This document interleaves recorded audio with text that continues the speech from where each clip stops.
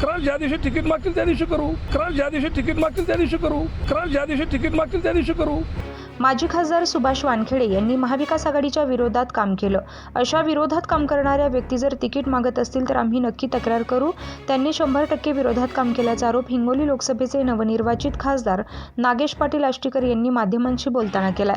त्यामुळे आता आमदार प्रज्ञा सातव यांच्याविषयी खासदार आष्टीकरांनी काँग्रेसच्या पक्षश्रेष्ठींकडे तक्रार केल्यानंतर आता या आजी माजी खासदारांमध्ये जुंपल्याचं पाहायला मिळालंय. काय म्हणतात माजी खासदार सुभाष वानखेडे आणि हिंगोली लोकसभेचे खासदार नागेश पाटील आष्टीकर त्यांच्यावर कसे आरोप केलेत पाहूयात. जागा वाटपामध्ये जर ती सीट कुणाला सुटेल काय होईल हा प्रश्न पुढे आहे. तो पक्षश्रेष्ठी हा निर्णय घेईल आणि तोपर्यंत तर मागायला हरकत नाही. आपण विधानसभा कुठून लढणार? मी विधानसभा नांदेड जिल्ह्यातून लढवणार.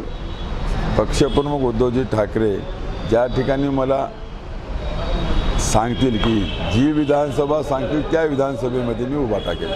हातगाव विधानसभेमध्ये हातगाव विधानसभा मतदारसंघावर तर माझं प्राधान्य राहील. काय कारण काय 15 वर्ष मी तिथं आमदार होतो. तिथं मी खासदार म्हणून सुद्धा काम केलेलं आहे आणि तो त्यांनी प्रचार केला किंवा नाही केला अशाचा विषय नाही. महाआघाडीच्या विरोधात केला हा विषय आहे. दुसरं खासदार सुभाष वानखेडेंनी माध्यमांशी संवाद साधला. ते म्हणले की पक्षाने जर उमेदवारी दिली तर मी भोकर, हातगाव, हिमायतनगर किंवा नांदेड उत्तर लढवणार.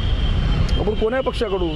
शिवसेना उद्धव बाळासाहेब ठाकरे. उद्धव बाळासाहेब ठाकरे गटाकडून आघाडीचा विषय आहे तो. आणि पक्षविरोधी कारवाया केल्याच्या नंतर उद्धव बाळासाहेब गटाचे माणसं तिकीट देत नसतात. सुभाष वानखेडेंनी विरोधात काम केलं. 100% त्यांची तक्रार केली. तक्रार ज्या दिवशी तिकीट मागतील त्या दिवशी करू. आता काय असं तर पुष्कळ जणांनी केलेली. आता काय प्रत्येकाला थोडीच आपण प्रत्युत्तर देणार आहोत. ज्या